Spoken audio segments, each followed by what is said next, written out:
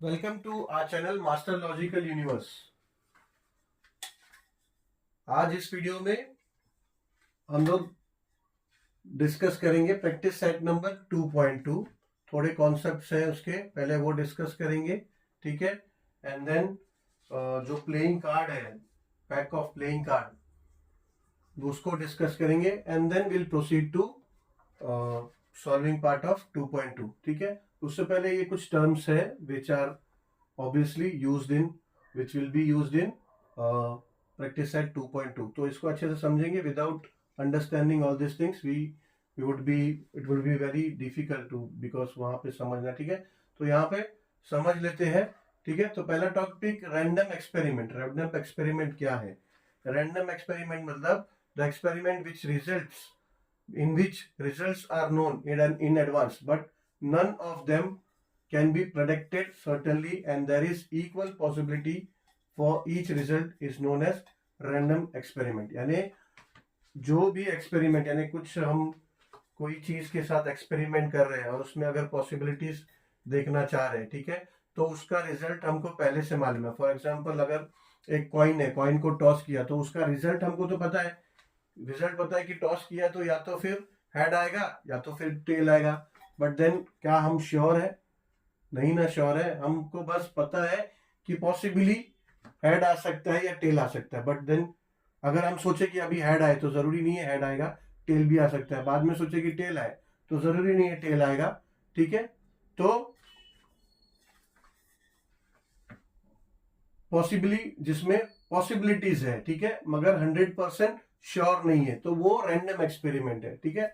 And result of random experiment is known as outcomes. यानी कोई भी एक्सपेरिमेंट कर रहे हैं, फॉर एग्जांपल वो कॉइन का ही, तो जो उसका रिजल्टेंट आया they are called outcomes. Resultant यानी हमने टॉस किया एंड फिर क्या आया, हेड आया या फिर टेल आया, जो भी आया, तो जो वो रिजल्ट आया दैट इज कॉल्ड आउटकम्स, ठीक है। अभी वो आउटकम्स का जो सेट है, ठीक है, ऐसे आउटकम्स का सेट है। मान लो कि एक बार हमने टॉस किया, फिर और एक बार टॉस किया, तो इसका अगर सेट बना, ठीक है, कि पहले हमने टॉस किया तो पहले हेड आया, फिर हमने टॉस किया तो फिर टेल आया। बट पॉसिबिलिटीज, पहले जब हमने टॉस किया तो हेड भी आया लेकिन टेल भी आ सकता था, ठीक है। फिर हमने टॉस किया तो फॉर एग्जांपल टेल आया पर हेड भी आ सकता था। तो ये पॉसिबिलिटीज का जो जो जो आउटकम्स है, इनको आउटकम्स बोलते हैं। और इस आउटकम्स का जो सेट बनता है, उस सेट को बोलते हैं सैंपल स्पेस, ठीक है। एंड दिस सैंपल स्पेस बहुत इंपॉर्टेंट टॉपिक है, अच्छे से समझो। This sample space is denoted as S. Capital S से इसको डिनोट करते हैं, या फिर it is also called as omega. Greek alphabet, Greek ये अल्फाबेट है या फिर ग्रीक लेटर है, दैट इज कॉल्ड ओमेगा, ठीक है। तो normally will use S only, ठीक है। अगर क्वेश्चन में कहीं आपको कभी आ गया तो फिर याद रखो this is omega and it is ये जो सैंपल स्पेस है सेम थिंग इज ओमेगा, ठीक है। तो अभी ये सैंपल स्पेस पता चल गया। अभी क्या होता है, सैंपल स्पेस क्या होता है? जो आउटकम्स आया उसका सेट बनता है। फॉर एग्जांपल ये देखो, यहाँ पे एक कॉइन जो है टॉस हुआ, एक कॉइन को टॉस किया तो पॉसिबिलिटीज क्या क्या था आने का, आउटकम्स क्या क्या आ सकता था? एक तो हेड, एक तो टेल, ये दोनों आ सकता था, ठीक है। तो सैंपल स्पेस, ये सैंपल स्पेस है उसका। इसको सेट में कैसा लिखते हैं? सैंपल स्पेस यानी एस इज इक्वल्स टू, ठीक है, ये करली ब्रैकेट, हाँ ठीक है, ऐसा ब्रैकेट नहीं, ऐसा ब्रैकेट नहीं ना, ऐसा ब्रैकेट नहीं, कुछ नहीं, ठीक है। ओनली करली ब्रैकेट, करली ब्रैकेट ही करना है। एंड आप लोगों ने 9th में सेट्स में किया है ये यूज, ठीक है, करली ब्रैकेट। तो इस तरह का ब्रैकेट यूज करना है। अगर ये ब्रैकेट यूज करा तो मार्क्स कट हो सकते हैं, ठीक है। अभी देखो, इसको या तो फिर ऐसे ऐसे अगर होता है तो ठीक है, नहीं तो सबसे इजीएस्ट मेथड है ये ऐसा, ठीक है, ऐसा। ये करली ब्रैकेट सबसे इजीएस्ट पे ये है, ठीक है। चलो, तो सैंपल स्पेस ये समझ लिया हमने। तो सैंपल स्पेस में जो भी पॉसिबिलिटीज, जो भी आउटकम्स है, वो हम capital S is equals to, यानी sample space is equals to जो भी पॉसिबिलिटीज आया उस सेट बना के उस सेट के अंदर हम लिखते हैं, ठीक है। तो this is basically sample space. Now number, अब ये देखो सैंपल पॉइंट क्या है, each element of sample space is called a sample point and is denoted as number of sample space. ठीक है, अभी उसको नंबर ऑफ सैंपल स्पेस नहीं, number of sample point in sample space. ठीक है, sample space. ठीक है, तो अभी देखो ये तो हमको पता चल गया।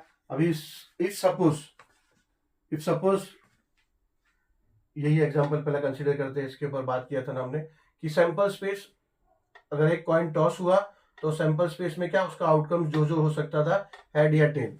ठीक है, तो सैंपल पॉइंट क्या है, ठीक है, सैंपल पॉइंट ईच एलिमेंट यानी सेट, इस जो सैंपल स्पेस का सेट है, इस सेट के अंदर जितने आउटकम्स है they are also called as element. Sets हमने किया 9th स्टैंडर्ड में, वो सेट्स के अंदर जो भी यूनिट्स जो भी आते थे उसको क्या बोलते थे, एलिमेंट्स। तो इसके सेट के अंदर जो भी आपका आउटकम्स आएगा दे आर कॉल्ड एलिमेंट्स। ठीक है, तो each elements of the sample space, इस सैंपल स्पेस में जितना एलिमेंट है तो each element is called as sample point. ये अभी एक ये आउटकम है ना, ये एक सैंपल पॉइंट है, ये दूसरा आउटकम है, दूसरा सैंपल पॉइंट है।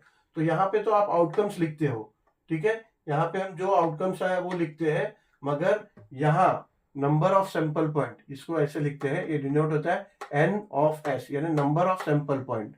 ठीक है, number of sample point in sample space ऐसा होता है। तो नंबर ऑफ सैंपल पॉइंट ये इक्वल्स टू 2 है। ठीक है, कितना पॉसिबिलिटीज है, 2 है, तो यहाँ पे नंबर ऑफ कितना आउटकम्स है 2, तो यहाँ पे हम लिखते हैं 2। ठीक है, ऐसे ही 2 कॉइन्स, अगर 2 कॉइन्स टॉस्ड है तो 2 कॉइन में पॉसिबिलिटीज क्या है, ठीक है, एट अ टाइम अगर एक ही समय में 2 कॉइन टॉस किया, ठीक है, एक ही समय में, तो दोनों कॉइन हेड्स आ सकते हैं, दोनों कॉइन टेल्स आ सकता है, दोनों में एक हेड एक टेल आ सकता है, या फिर एक टेल एक हेड आ सकता है। ठीक है, तो 2 कॉइन अगर टॉस किया तो 4 आउटकम ऐसे आए। तो सैंपल स्पेस में जितने आउटकम जो जो पॉसिबिलिटीज आ सकते हैं वो हमने लिखा, आउटकम्स जो भी है, and then number of sample point में कितने आउटकम्स है, कितने एलिमेंट्स है, 4। ठीक है, ऐसे ही 3 कॉइन्स हमने टॉस किया तो 8 पॉसिबिलिटीज है। ठीक है, 8 पॉसिबिलिटीज है।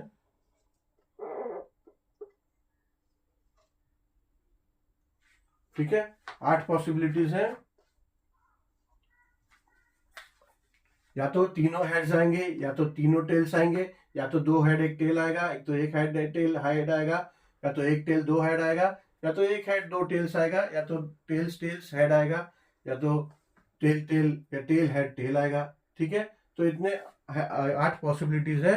तो यहाँ पे जो जो आउटकम्स आएंगे वो लिखना है हमें, sample space is equals to curly bracket and then जो भी outcomes and then close bracket, और नंबर ऑफ सैंपल पॉइंट्स में यहाँ पे 8। ठीक है, नंबर्स कितने हैं, 8, यहाँ 8 आएगा।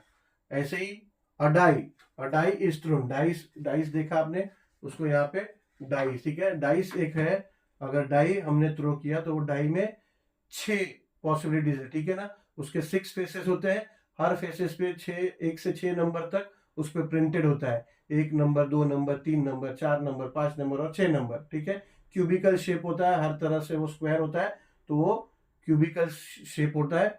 उसको अगर हमने थ्रो किया तो कोई भी एक नंबर आ सकता है उसमें से, यानी 6 नंबर में कोई भी एक आ सकता है, और सबका इक्वल पॉसिबिलिटीज है, कोई भी उसमें से एक आ सकता है, ऐसा जरूरी नहीं है कि बार बार एक आए। ठीक है, तो एक बार हमने थ्रो किया तो 6 में कोई भी एक आएगा। ठीक है, तो पॉसिबिलिटी उसकी 6 है, कोई भी 6 में कोई भी एक आ सकता है। तो जो इतने नंबर उसमें डिस्प्लेड है 1 2 3 4 5 सबका इक्वल पॉसिबिलिटीज है आने का, सो उसका 6 सैंपल पॉइंट हो जाएगा 6, number of sample point is 6। ठीक है, अभी इसमें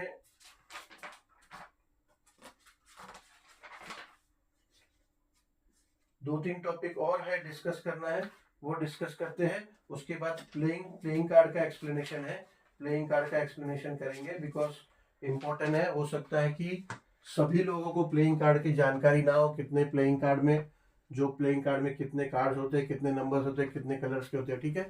तो अभी हम थोड़ा एक दो टॉपिक और है, सैंपल स्पेस और नंबर, जो उसके बेस पे क्वेश्चंस आएंगे, तो वो डिस्कस करके प्लेइंग कार्ड करेंगे, प्लेइंग कार्ड डिस्कस करेंगे, and then will go to solving part of 2.2।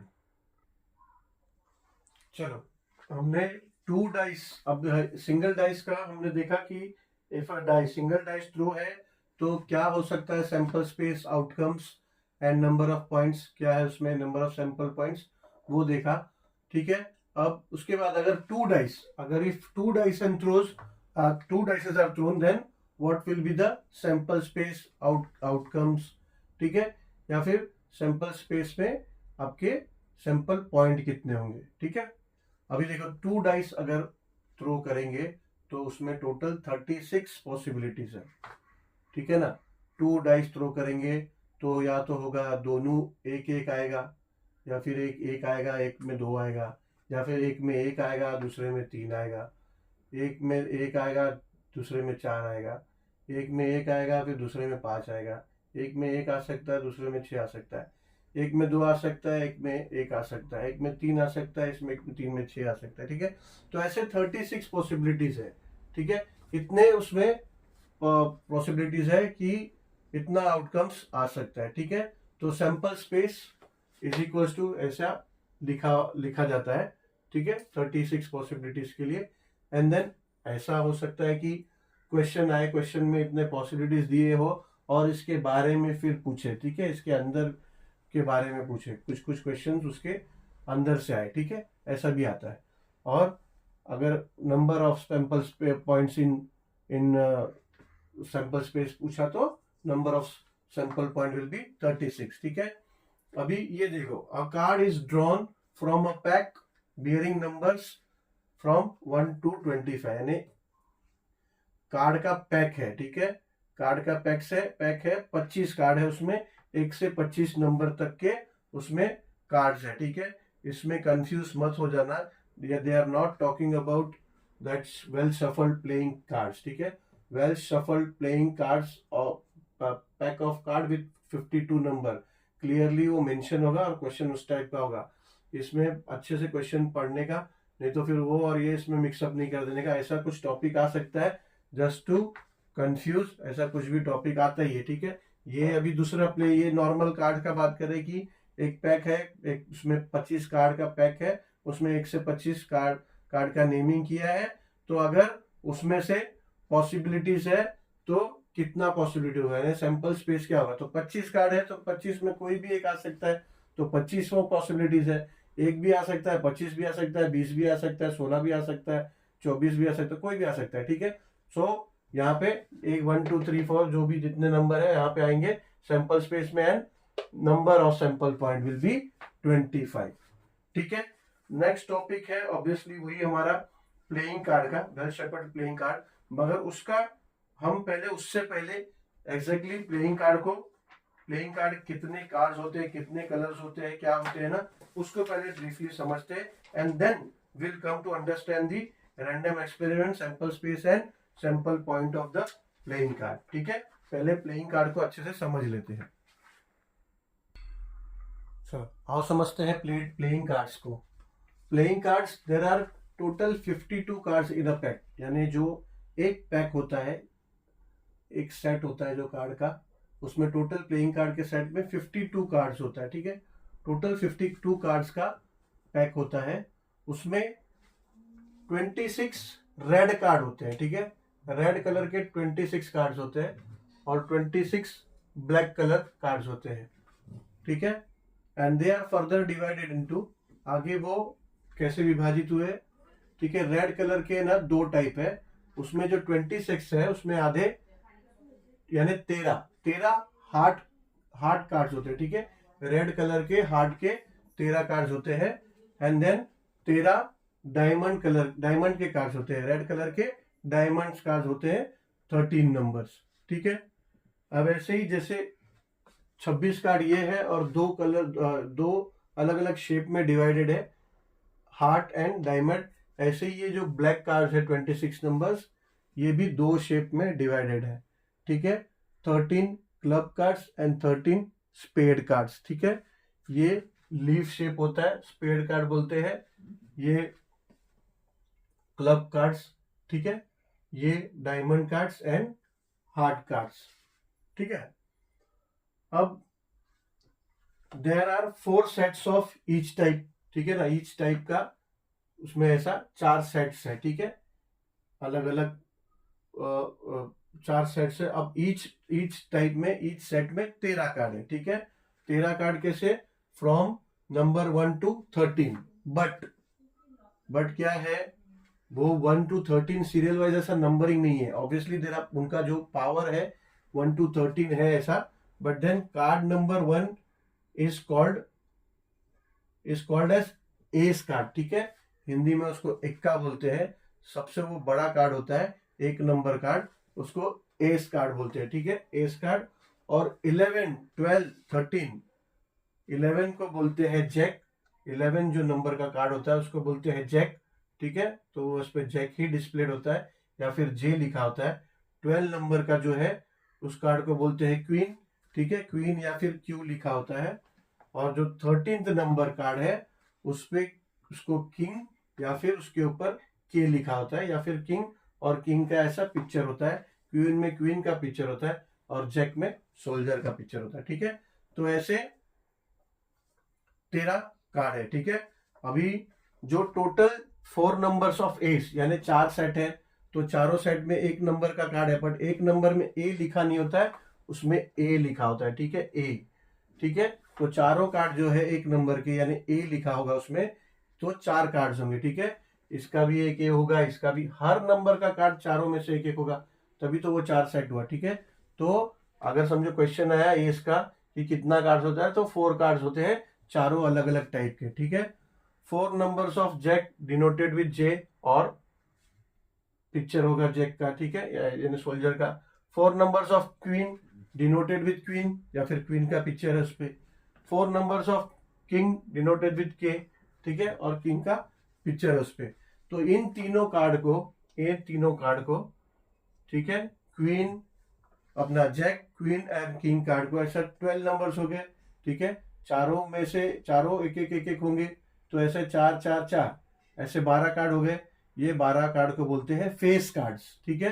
4 जो 1 नंबर के कार्ड है ए से डिनोट किए हुए उसको बोलते हैं एस कार्ड, और 12 ये जो 4 किंग, 4 क्वीन और 4 जैक है, इसको बोलते हैं फेस कार्ड। तो 12 फेस कार्ड्स है, ठीक है। चलो, ये वीडियो को 1-2 बार नहीं समझ में आया तो 2 से 3 बार देख के समझो, because you will have an confirm questions on base of playing cards in exam. So now we'll go to the